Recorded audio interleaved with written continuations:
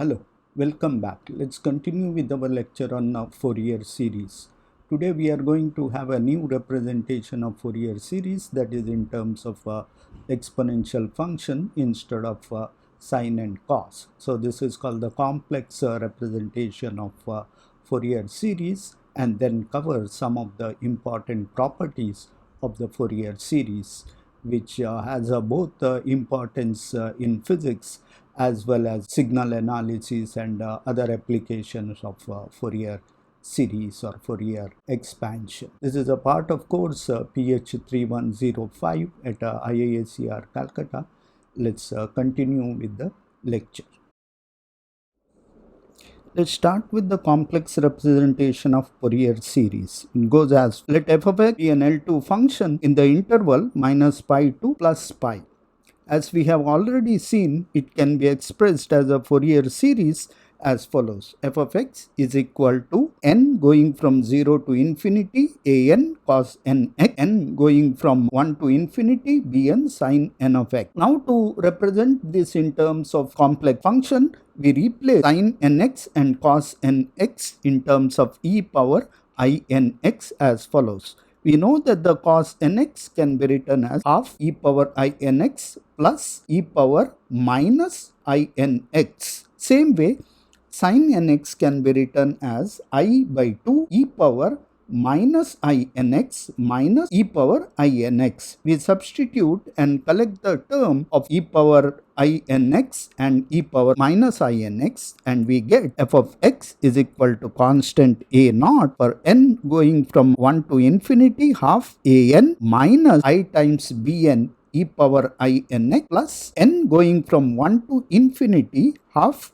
a n plus I times bn into e power minus I nx. These two are the now independent functions, and combine these two, we can write the series as f of x is equal to n going from minus infinity to plus infinity. Both plus and minus are incorporated in this, and Cn can be suitably adjusted as follows, where we have C0 is equal to A0 and Cn for positive n is given by half an minus I times bn. It is coming from e power I nx series, and e power minus I nx series we get is c minus n is equal to half an plus I times bn.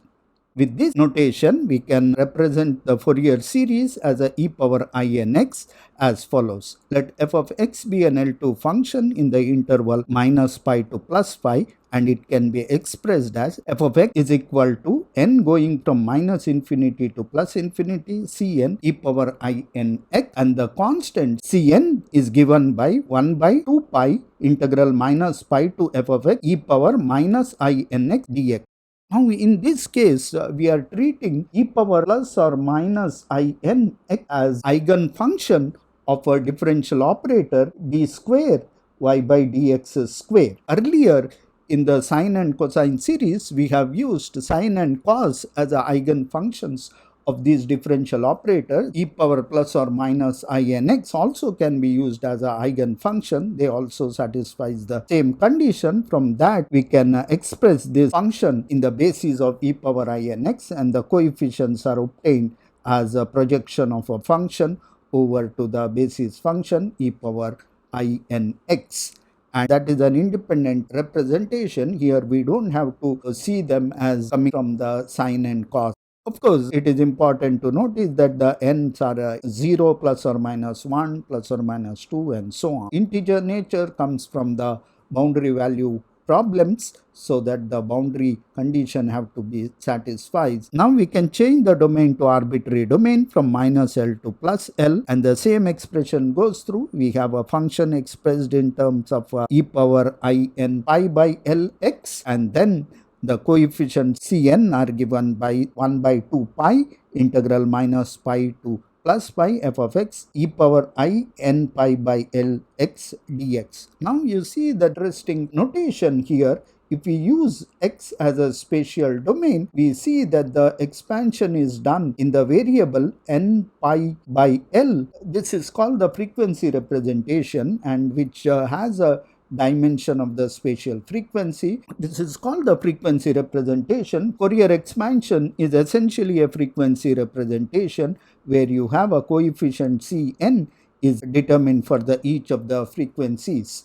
Can use a Fourier transformation or a Fourier representation from one system to another system. That is essentially reflected here as a 1 by L coming as basic units of the frequency. Now let us continue with our analysis, some of the properties of the Fourier analysis. One of the important property, if the f of x is a real valued function, then Cn and C minus n, that what we say is the correspond to positive frequency and negative frequency, are complex conjugate to each other. That is, C minus n is equal to Cn star, that is complex conjugate. Now to see this, it is fairly straightforward. Let's take our earlier equation relating the complex coefficient and real coefficient. That is what we have. Cn is given as a an and the bn. And here C minus n is given as a half into an plus I times bn. If the function is completely real, then both an and the bn have to be real function. And from that we see that Cn and C minus n are a complex conjugate. F of x is not real, then neither an nor bn are going to be real number. They could be complex in general, and then you have condition do not satisfy. Now there is another interesting property. If the function f of x is a real valid function, then the coefficient Cn are all real. Again, it is easy to see it from this relation between the exponential and the sine and cos function. Now, if the function is an odd function, then we see that only sine series contribute and cosine series do not contribute. That means that all the ans are going to be zeros, and this goes away, and then we see that the C0 have to be 0 because for odd function f of x have to be 0 at x is equal to 0, otherwise it cannot be an odd function. And then we see that the Cn's are going to be pure imaginary because An's are 0 and Bn contribute, and that comes with the imaginary value when connected to Cn. So these two are important property, and we have a quick homework here, that is to represent the function f of x is equal to 0 for a minus pi to 0 and 1, it is from 0 to pi. This is the same as a step function we have done. The only difference is that that step function which we took the negative value for minus x and the positive value, but that acted as a perfectly odd function. In this case, it do not have that property. You have f of x is 0 and 1, and that is a step function only. It is bit shifted, and you can see how the Fourier series changes based on simple change, and this is also going to be important from the boundary value problem. So all you have to do here is you have to represent this function in terms of the complex Fourier series. And one of the important properties of the Fourier expansion is the Parseval's equality or the Parseval's theorem. Parseval's theorem relates absolute value or the mod square of the function in the spatial domain and the frequency domain. So it essentially says that the power in the spatial domain and the frequency domain have to be same. Let f of x be an L2 function in an arbitrary interval a and b. We have shifted the interval to a and b. You can always do it. This theorem is in general valid to any orthonormal expansion. So we will prove the general result and then show it. It is also true for the Fourier series, either given in terms of a sine and cos or in the exponential form. So this is valid for any orthonormal basis. The orthonormality is essentially required to show that they form the basis. We have a set of linearly independent function phi I, and then they are orthonormal to show that they form the base. Orthonormality or the completeness is essentially represented by integral a to b phi I into phi j dx is equal to delta ij. Now this is written for the real. You can easily extend it to complex by including phi I, phi j star, incorporate the complex number. So however, we will do it for the real function it is not really too different for the complex function. So this is a completeness property, and once we have the completeness, we know that any function f of x can be expressed in terms of the basis function phi I, that is f of x is equal to some n going from 0 to infinity Cn phi n. Here it is only a notation, n can go from minus infinity to plus infinity. Only thing which we are assuming that the basis functions are countable infinity, so you can start it from either from 0 or from minus infinity, or any number can go all the way till infinity. So once we have this expansion, we know the coefficients are given by taking the dot product of the function with the basis element, that is integral a to b f of x into phi n dx. So once we have that, we can say that the Parseval theorem says that integral a to b f square dx, that is mod f square, that is equal to some n going from 0 to infinity Cn square, or it is a Cn star or mod Cn square. We know that this is a square integrable, so this has to be finite, and this also represents the amount of power, that is what we call is a RMS power square and integrate, and that is directly reflected in terms of the Fourier coefficients or the coefficients of the orthonormal expansion. Can we prove this? And this is exactly we need to show. That is statement of a Parseval's theorem, so called a simple proof. So we start with the integral a to b mod f square dx, and then we know that the f of x can be expressed in terms of the basis phi I. So we write that as a mod f square as a integral a to b some m and n going from 0 to infinity Cn Cm phi of m and phi of n dx. Now once we expand in terms of the basis, we can simply play around. We pull out the summation, do the integration inside between phi n and phi m, that is actually dot product between the phi n and phi m, so that we have assumed it is to be orthonormal or complete set. Complete set essentially gives them a delta nmn, and then what we have is n comma m going from 0 to infinity Cn Cm delta mn dx should not be here, that is absorbed in this integral. N is equal to 0 to infinity Cn square. So that is exactly is the proof which we want. What we have here is the power in the spatial domain or the temporal domain, which is equivalent to sum of the coefficient, because here the functions are normalized. That means that they are unit norms, so they don't carry anything. So in terms that all the powers are assigned to the coefficient Cn square. So this means that the total power in the spatial domain is equivalent to total power in the orthonormal basis. So the power is not lost or gained during this expansion. It is important both in the physics as well as engineering. So in the case of physics, mainly in the quantum mechanics, the psi star, which is equivalent to 1, which we normalize the wave function, which says that there is a probability of a particle present in the space from minus infinity to plus infinity is 1.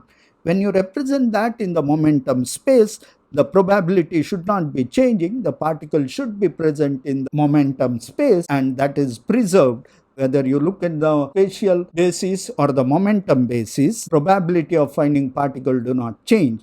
And in the case of a signal, you represent the signal in the position space or momentum space, it does not change. So this is a very important theorem. Let's have a quick look at Parseval's theorem for the Fourier series. We have shown the general result for any orthonormal function specific to the Fourier series. Mod f square can be written as some I going from 0 to infinity ai square plus bi square, that is equivalent to n going from minus infinity to plus infinity Cn square. So that means the total power is preserved.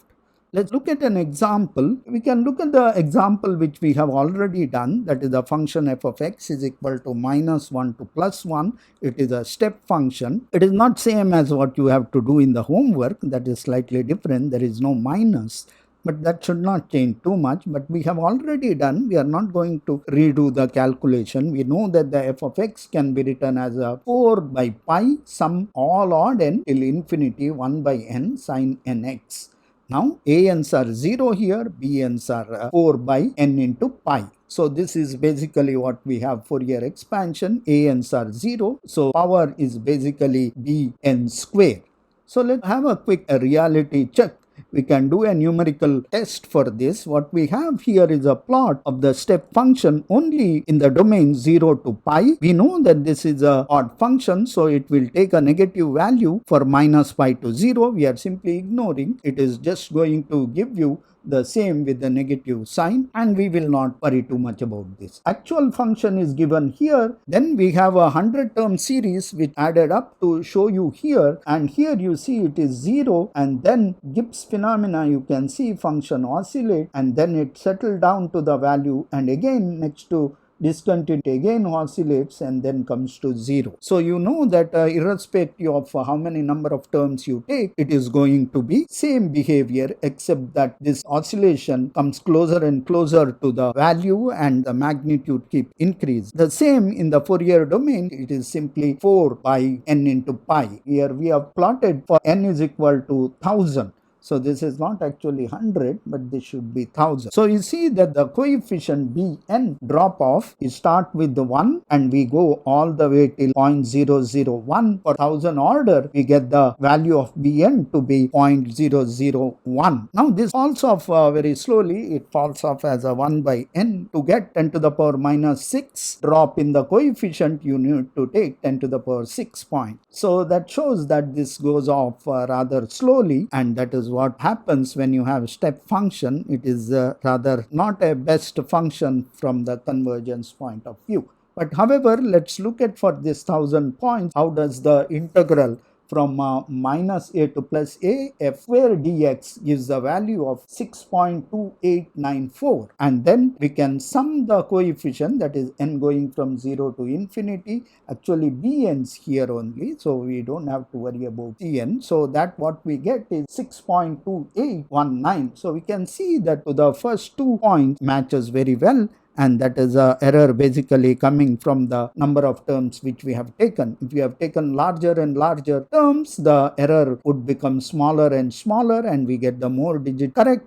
But however, this is enough to show or demonstrate the point that the Parseval's theorem in fact preserves the power. Now let's continue some of the application of the Fourier series. One of the important application is the use of Fourier series in the solving the ordinary differential equation. There are various tricks to solve differential equation. One of them is using the Fourier series. This is the way Fourier himself has used the Fourier series for solving the heat propagation. That is a diffusion equation. That's a partial differential equation. However, after playing some tricks such as a separability, you know, it simply reduces to ordinary differential equation, and that is where we are using it for solving the ordinary differential equation. So the form of the differential equation which we are using is given here: a0 yn of x plus a1 yn minus 1 of x and so on, plus an of y of x is equal to g of x. So various notation, we take the coefficient a0 to be constant. This is called the ordinary differential equation with the constant coefficient. So an are all constants, and then the differentiation dy by dx denoted by yn of x, and then we have x as independent variable and y of x as dependent variable. Here there is a typo, this need to be changed. We know that the standard notation is a x is an independent variable and a y is a dependent variable. That is why we call it as a y of x. Then the last function which we call is a source function. That is what causes all the trouble. If we don't have source term, then we call it a homogeneous differential equation. It is rather easy to solve homogeneous differential equation in general form. We have seen that while solving the damped force harmonic oscillator, the force term gives a bit of trouble, and in general case 2, that is going to contribute. Let us try to solve this equation using the Fourier series. So the basic idea here is we are going to solve this differential equation and look for the solution in the interval minus pi to plus pi. Of course, you can extend this to arbitrary interval by doing a mapping from a to b to minus pi to plus pi, and then you can solve it in this method. Basic idea here is that we expand our solution in terms of Fourier series, that is sum k going from minus infinity to plus infinity yk into e power ikx. Once we have the coefficient ck, then it is as good as knowing the solution, because these are the basis function e to power ikx, which we are well familiar with. So all our goal is to find out yk. This is how the Fourier series is used. Now once expand the solution in terms of the Fourier series, we are also going to expand the source term g of x also in terms of Fourier series. The basic assumption in this case is that we assume that g of x is good enough function to expanded in terms of Fourier series, that is, it is an L2 function. If it cannot be expanded in terms of Fourier series, of course, then we cannot solve this problem using the method of Fourier series. Once we can expand g of x, then we write g of x in terms of Fourier series as a sum k going from minus infinity to plus infinity gk and e power ikx. In this case, g of x is already given to us. The source function is known in this form of differential equation, and that means that these coefficient gk's are known. We can determine them by integrating g of x from minus pi to plus pi by multiplying them e to the power minus ikx. So that is how we are going to find the g. Once we do this expansion, we substitute this in the ordinary differential equation, and then what we get here is that the sum k going from minus infinity to plus infinity, we have pulled out the summation. In this case, you have to see that the e power ikx is an eigenfunction for the differential operator dn by dxn.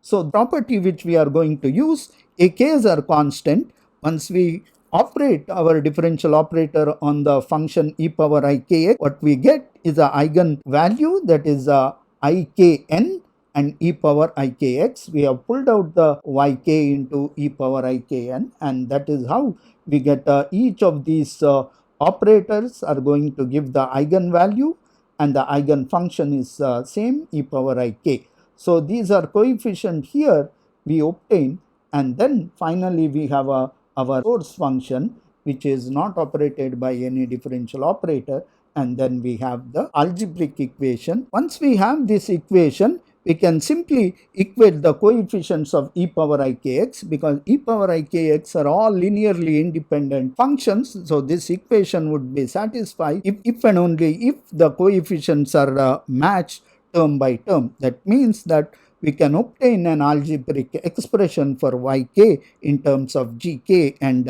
ans. So that is yk is equal to gk into a0 ikn, that is coming from the eigenvalue for the first differential operator, the coefficient eigenvalue from the second differential operator, and so on till an. So this is the expression for yk. Once we get the expression for yk for the given gk, we have basically solved the problem, and then we simply have to write y in terms of the yk, sum k going from minus infinity to plus infinity, yk e power ikx. The solution explicitly can be given as y of x is equal to sum k going from minus infinity to plus infinity.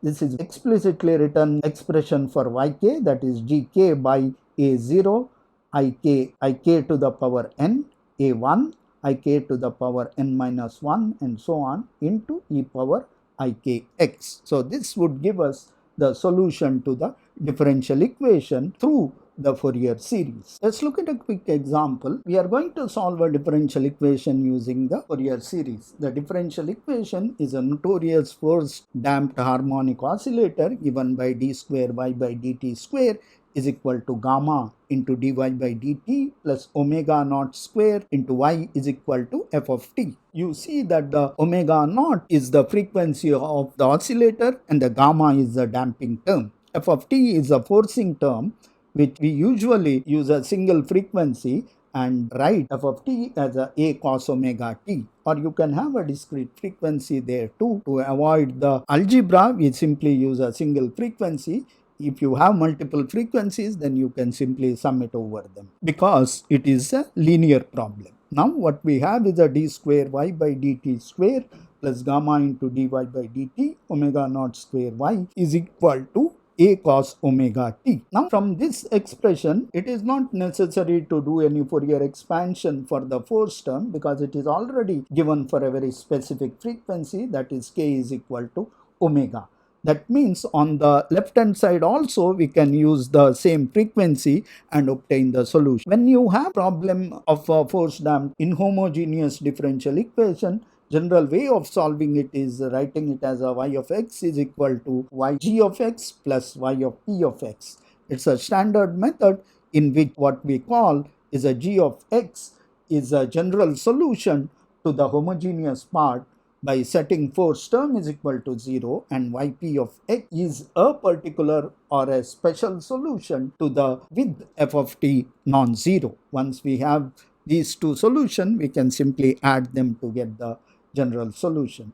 Let us quickly see how we can get a specific solution or the particular solution. We do a Fourier expansion, but Fourier expansion in this case is trivial. We use k is equal to omega only because there is only one frequency which is used.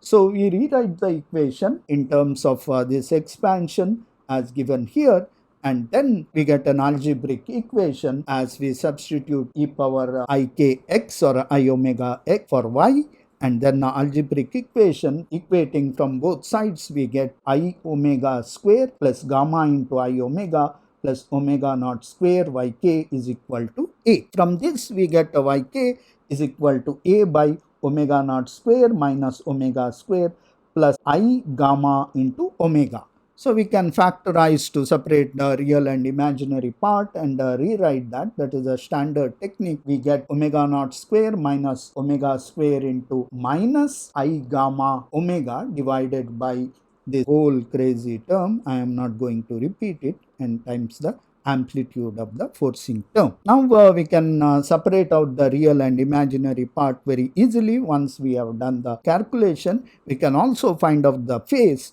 and that is what is the angle between them, that is a tan theta is equal to imaginary part by real part would get the phase. So that phase doesn't depend on the amplitude of the forcing term, it purely depends on the omega naught and omega. So one of the important things here to notice is that when capital omega becomes omega naught, the solution blows up. So this is an interesting case, what is known as a resonance. You are all familiar with that. This has been said so many times, how the resonance in the force damped harmonic oscillator matters. You have seen the bridges which are treated as harmonic oscillators are driven by the force of wind and leads to collapse when the resonance frequency of the bridge matches with the resonance frequency of the forcing term by the wind. So in the similar fashion, here also we have the resonance happening when the forcing term frequency matching with the frequency of the oscillator. The best way to see them is by plotting them. Here I have plotted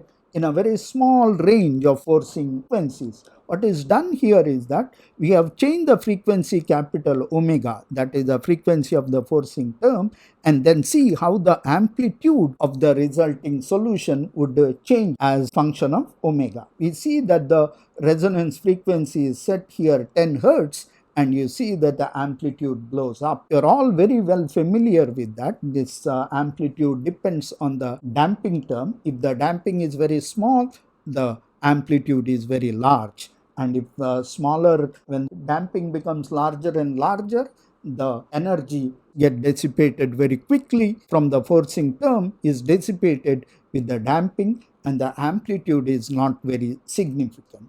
So one of the things here to see is that we have plotted in a very small frequency.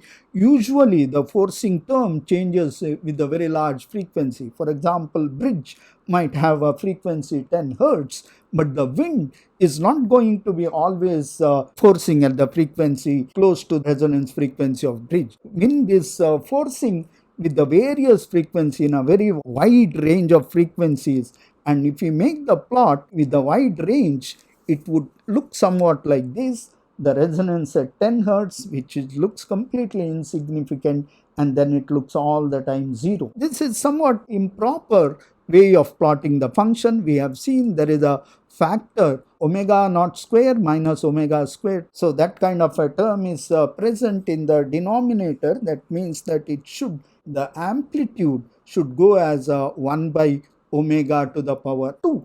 So that is not seen here. It is clear because of the large change in the frequency and the amplitude, it is somewhat not seen. The proper way of doing this is by what is known as doing in the log-log scale. On the x-axis, we have a log of frequency. On the y-axis, we have a log of amplitude. You can see 0.1 to 1000 here. The amplitude 10 to the power minus 6 to 1. So it covers a wide range. And you can also see this nice behavior. It is completely constant before the resonance, and at resonance it increases very sharply, and after the resonance it falls off with the frequency dependent omega to the power minus 2. So this is the general behavior of a force damped harmonic oscillator to the frequency of the forcing term. So engineers generally plot them because they want to see it as all the region has its own importance. So resonance frequency for this oscillator is 10 Hertz. Response of the simple harmonic oscillator to the forcing term is generally divided into three regions. One is below the resonance frequency, at the resonance frequency, and the frequency above the resonance frequency. So these three has its own importance. We can also have the plot of the phase which is given in the inlet. What you can see is forcing frequency. It is not log-log plot. It just to show that the frequency, the phase is 0 earlier than the resonance frequency. At resonance frequency, phase shifts by pi by 2, and then when you go above resonance frequency, it is completely out of phase. But on the other hand, amplitude remains more or less constant before the resonance. At the resonance, it peaks out, and after the resonance, it falls off very rapidly as omega to the power minus 2. Now, each of these are named in a different way. You can consider this as a LCR circuit. You have seen that the LCR circuit also behaves like a simple harmonic oscillator with the force term. Now, this region in an LCR circuit is called the amplifier. What is the advantage here is that the input and output are in phase and it is constant. Amplitude is constant over a large frequency range, and that is good for an amplifier which faithfully reproduces the incoming signal, just increases the amplitude, does not play around with the phase too much. That is a good property for an amplifier. When we come to the resonance, that is what we call is the receiver. Receiver is like a radio receiver, which is also an LCR circuit. The forcing term is considered to be the transmission coming from the radio station. You change your frequency to match or resonate with the incoming frequency, and that is where you get the maximum signal. Phase might be 90 degree, but that does not matter in this case. You can extract the signal, use a simple filter to reverse the phase. Advantage here is the signal is built up nicely in your system at resonance. Beyond resonance, amplitude falls off. You might think that this is a completely useless because amplitude falls off with omega. You can see that when it is just about 100 times more, your amplitude fallen off 10 to the power 6 times. So this is also a very useful concept which is called the damping. The good example is that optical benches and all which you are using, which you want optical setup to be not oscillating and which remains to be stable. Here ground or the floor considered to be as a forcing term which is constantly moving or oscillating, and the optical table on the top you have your experimental setup which you don't want to oscillate. The legs of this table are considered to be harmonic oscillator whose frequency is very low compared to the vibrations of the floor, so that any amplitude which transfer to the optical bench goes as a f to the power minus 2, rapidly drops off further away from the resonance frequency,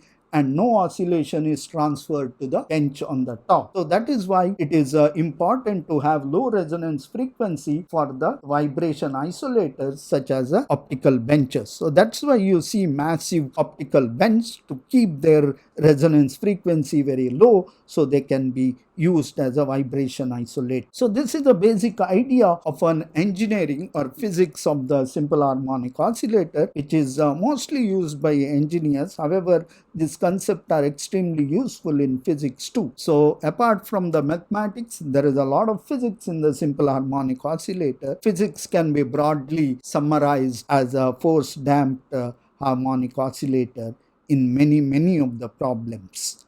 Let me stop here and continue with the next lecture.